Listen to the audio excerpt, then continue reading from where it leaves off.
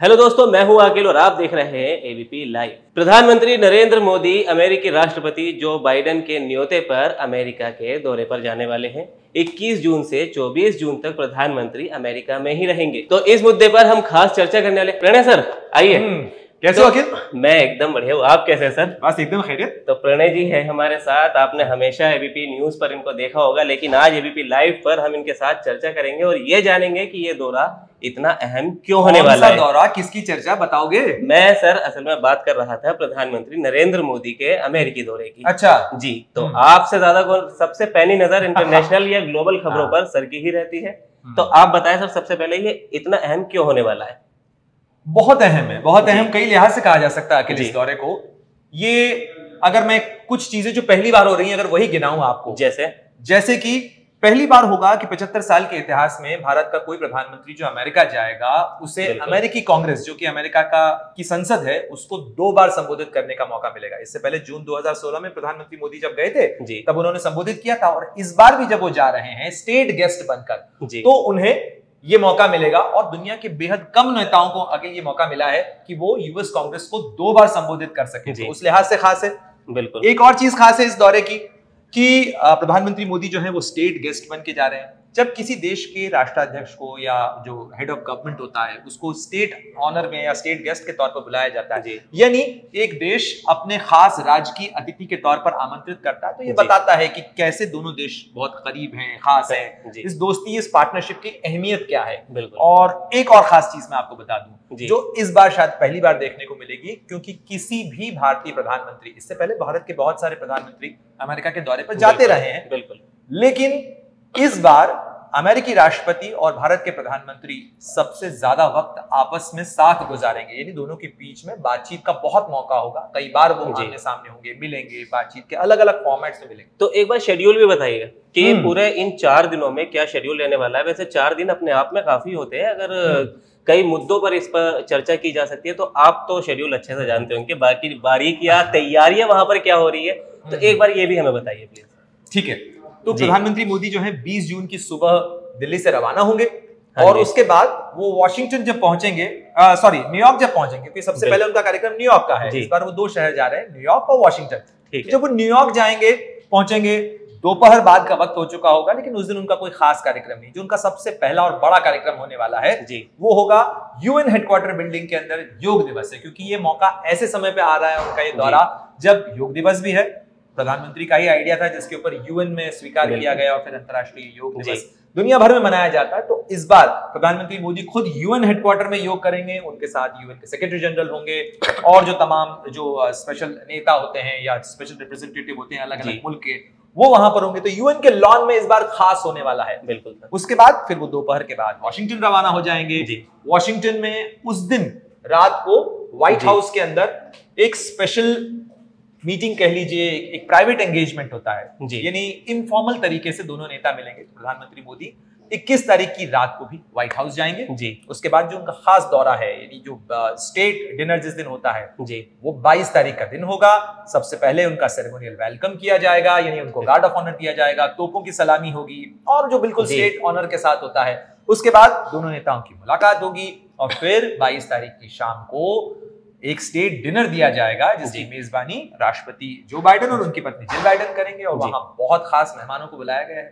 तो ये 21 तोपों की सलामी क्या जो भी प्रधानमंत्री जाते हैं वो दी जाती है या सिर्फ प्रधानमंत्री को ही दी जा रही है? नहीं, देखिए, अगर स्टेट गेस्ट के तौर पर आते हैं, हमारे यहाँ भी अगर कोई मेहमान स्टेट गेस्ट बनकर आता है तो उसके लिए एक अलग प्रोटोकॉल है। वैसे तो भारत में बहुत सारे नेता आते हैं, अलग अलग फॉर्मेट में आते हैं, अलग अलग काम के लिए आते हैं। कई बार बायलैटरल मीटिंग होती है, कई बार मल्टीलैटरल मीटिंग होती है।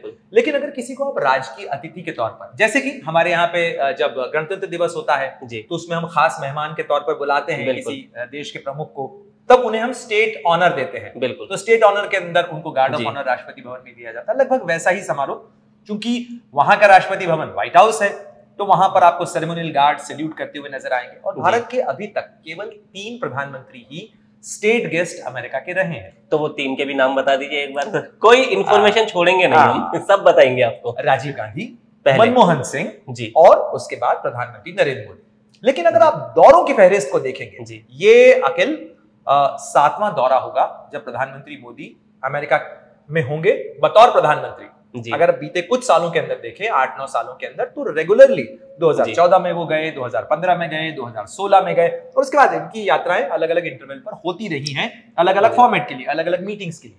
तो ये जो 21 तोपों की सलामी है, इसकी गूंज क्या चीन और पाकिस्तान भी जाएगी? ये योग दिवस जो वहां पर, जो उस वक्त योग वहां पर करेंगे, तो क्या उसकी वजह से वहां पर मरोड़ पैदा होगी या नहीं? ये उन दोनों के लिए भारत और अमेरिका की दोस्ती कैसे चीन और पाकिस्तान देख रहे हैं?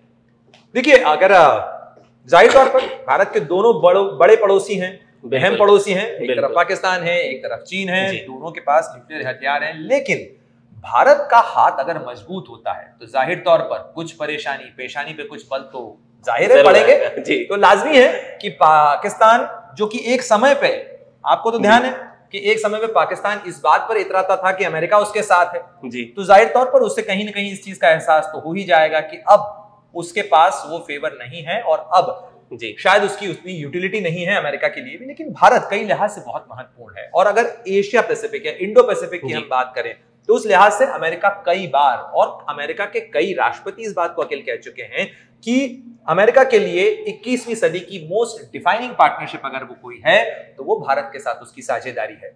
और एशिया पैसिफिक या इंडो पैसिफिक का जो पिवट है वो इस साझेदारी को कहा जाता है, इसकी धुरी कहा जाता है, और हमने देखा है कि किस तरीके से ये साझेदारी करीब आती जा रही है, कैसे कैसे इसमें नए नए आयाम जुड़ते चले जा रहे हैं।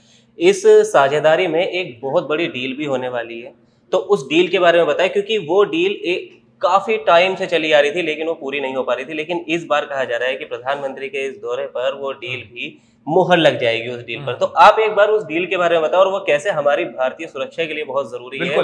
तो आप एक बार, हम डील की भी बात करेंगे, उस डील की फील की भी बात करेंगे, जी बिल्कुल। तो ये डील है दरअसल भारत के जो स्वदेशी लड़ाकू विमान है तेजस, जिसको भारत में डीआरडीओ ने विकसित किया, उसके लिए इंजन की, क्योंकि स्वदेशी जरूर है ये, बहुत सारी तकनीक में स्वदेशी, लेकिन अभी भी जो इंजन होता है किसी भी जेट, फाइटर जेट की जान होता है उसका इंजन। इसके अंदर जी का इंजन इस्तेमाल हो रहा है, और जी जनरल इलेक्ट्रिक इसका नाम है, अमेरिकन कंपनी है, और दुनिया में बेहद कम मुल्क हैं या बेहद कम कंपनियां हैं जो कि फाइटर जेट के इंजन बनाती है। बिल्कुल।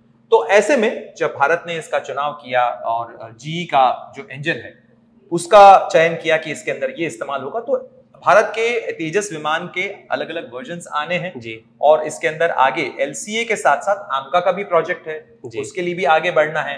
तो ऐसे में जी के इंजन टेक्नोलॉजी ट्रांसफर के साथ भारत में बन सके, तो आप अंदाजा लगा सकते हैं अगर आपके फाइटर जेट का इंजन बाहर से आ रहा है तो उसको आने में वक्त लगेगा, असेंबली में वक्त लगेगा, क्योंकि इंजन के भी अलग अलग पार्ट आते हैं, और जब वो असेंबल होता है तो उसमें टाइम लगता है।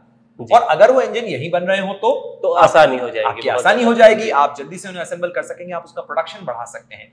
भारत की वायुसेना को फाइटर जेट्स की जरूरत है, हमारी फाइटिंग स्क्वाड्रन जो है उसकी सैंक्शन स्ट्रेंथ है 42, लेकिन अभी हमारे पास फाइटिंग स्क्वाड्रन जो है वो कम है, 36, 38 ये नंबर रहता है, हमें उसको 42 तक ले जाना है, और इसलिए ये बहुत जरूरी है कि हम उस स्ट्रेंथ को अचीव कर सकें, और इसके लिए जरूरी है कि हमारे पास अपना प्रोडक्शन मजबूत हो। तो ये कह सकते हैं कि आत्मनिर्भरता पर ये हमारा एक और मजबूत कदम होगा। बिल्कुल, और अच्छे दोस्त की, अच्छे साझेदार की निशानी यही होती है कि जब आप मजबूत होना चाहें तो आपका दोस्त आपके साथ खड़ा हो और कहे कि आकिल की मजबूती में मेरी मजबूती है। यही उसकी आत्मनिर्भरता में उस अमेरिका का जो सहयोग हो सकता है एक अच्छे दोस्त के नाते, शायद वो भी है। और इसके अलावा एक और महत्वपूर्ण डील होने जा रही है, और वो है MQ-3 जो रीपर ड्रोन्स हैं। ये ड्रोन्स जो हैं ये प्रेडेटर ड्रोन्स हैं, यानी ये कॉम्बैट ड्रोन्स हैं, UCAV इन्हें कहा जाता है जी। तो ये UCAV जो है, यानी ये जो ड्रोन्स हैं ये दूर तक जा सकते हैं, दूर तक वार कर सकते हैं, ये प्रहार करने की क्षमता रखते हैं, केवल टोही विमान नहीं है बल्कि ये वार भी कर सकते हैं। तो ये भी दुनिया के काफी महत्वपूर्ण और काफी एडवांस ड्रोन्स कहे जाते हैं, उनकी भी एक डील भारत के साथ होने जा रही है, वो महत्वपूर्ण है। अब एक चीज ये और आपसे जानना चाहेंगे प्रणय जी कि तैयारियां वहां पर कैसे चल रही है, क्योंकि हम आज कई खबरें ऐसी की है कि वहां पर कई रेस्टोरेंट है तो वो मोदी थाली बेच रहे हैं, वहां लोग जो इंडियंस है वो प्रधानमंत्री देखने को बेताब है, उनका भाषण सुनने के लिए बेताब है।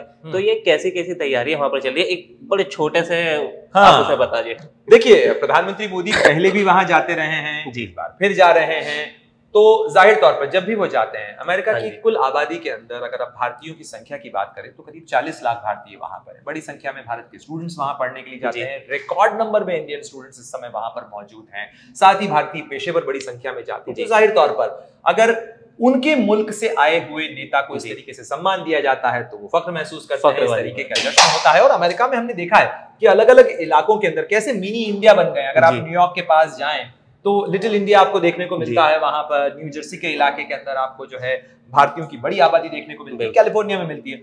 तो जब प्रधानमंत्री मोदी वहां पहुंचेंगे तो आप देखेंगे कि किस तरीके से होटल में उनका स्वागत करने के लिए भारतीयों की भीड़ मौजूद होगी। बिल्कुल। इसके अलावा जब वो राष्ट्रपति बाइडेन से मिलने जाएंगे तो भी व्हाइट हाउस के ठीक सामने लफेद स्क्वायर है, वहां पर आपको लोग जो हैं वो जश्न मनाते हुए नजर आएंगे। इसके अलावा जो प्रधानमंत्री का इस यात्रा का आखिरी कार्यक्रम होगा, यानी 23 जून की शाम का वो जो कार्यक्रम वॉशिंगटन के वक्त के अनुसार होगा, उस कार्यक्रम के अंदर भी बड़ी संख्या के अंदर भारतीय वहां मौजूद होंगे। जो बड़े बड़े पेशेवर हैं वो भी वहां मौजूद होंगे। कई सीईओज उनसे मिलने के लिए आएंगे। तो ये जो कलर है, इसमें सब्सटेंस और कलर आपको दोनों देखने को मिलेगा। यानी ये अहम भी है, इसके अंदर कई बड़ी चीजें भी होनी है, कई मसौदों पर दस्तखत होने हैं और उसके साथ साथ आपको वहां पर हर तरीके का रंग देखने को मिलेगा। यानी 21 जून से 24 जून तक अमेरिका मोदी में होने वाला है। ये तो रही एक बात, लेकिन हम ये भी खबरें देखने को मिल रही है कि अभी प्रधानमंत्री वहां पहुंचे भी नहीं है, तैयारियों के साथ साथ उनका विरोध भी कहीं ना कहीं देखने को मिल रहा है। तो उस विरोध के बारे में बताएं, कौन कर रहे हैं विरोध, किस तरह का विरोध किया जा रहा है?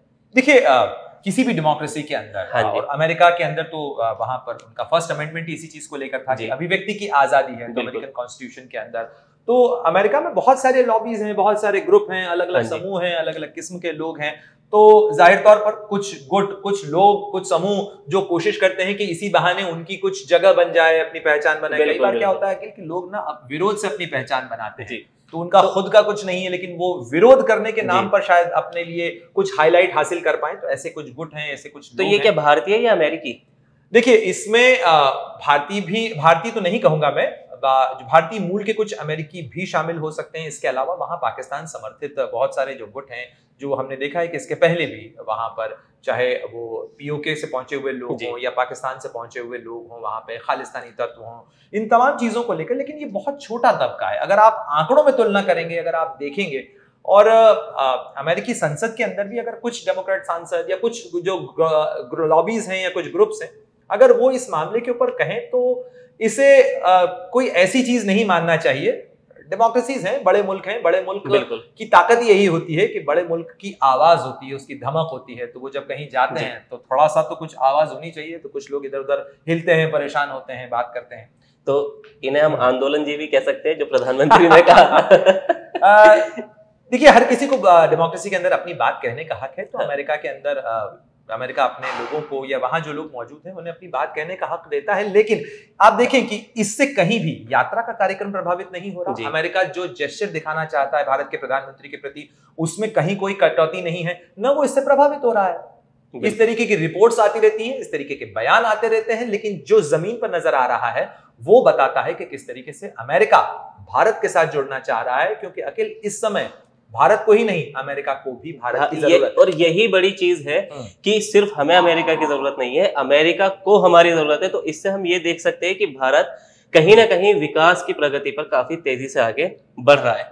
तो खैर, हमने प्रणय जी का काफी वक्त ले लिया, जो कि हमने उनको बताया भी नहीं था। अभी सर के काफी बुलेटिन होंगे, तो सर अभी के लिए माफी, जो आपका हमने इतना वक्त जाया किया। क्यों नहीं, मुझे लगता है कि हर किसी को इस बात को समझना और जानना चाहिए कि ये साझेदारी आखिर क्यों महत्वपूर्ण है, क्यों इसके अंदर अमेरिका का भी फायदा है और भारत का भी फायदा है। और अगर ये दोनों डेमोक्रेसी मिलकर काम करती हैं, साथ आती हैं, तो ये दोनों बड़े पावर इंजन हैं। यानी एक तरीके से कहा जाए तो ये दुनिया का डबल इंजन साबित हो सकता है। बिल्कुल सही। बहुत बहुत शुक्रिया प्रणय जी आपका, बहुत और आप लोगों का भी बहुत बहुत शुक्रिया। अभी की वीडियो में इतना ही। बाकी प्रणय जी के साथ हम फिर से दोबारा आपके सामने हाजिर होंगे और इसी तरह की आपको तमाम बड़ी जानकारी देंगे। फिलहाल के लिए आप देखते रहिए एबीपी लाइव को, सब्सक्राइब कीजिए और वीडियो को लाइक कीजिए। और धन्यवाद।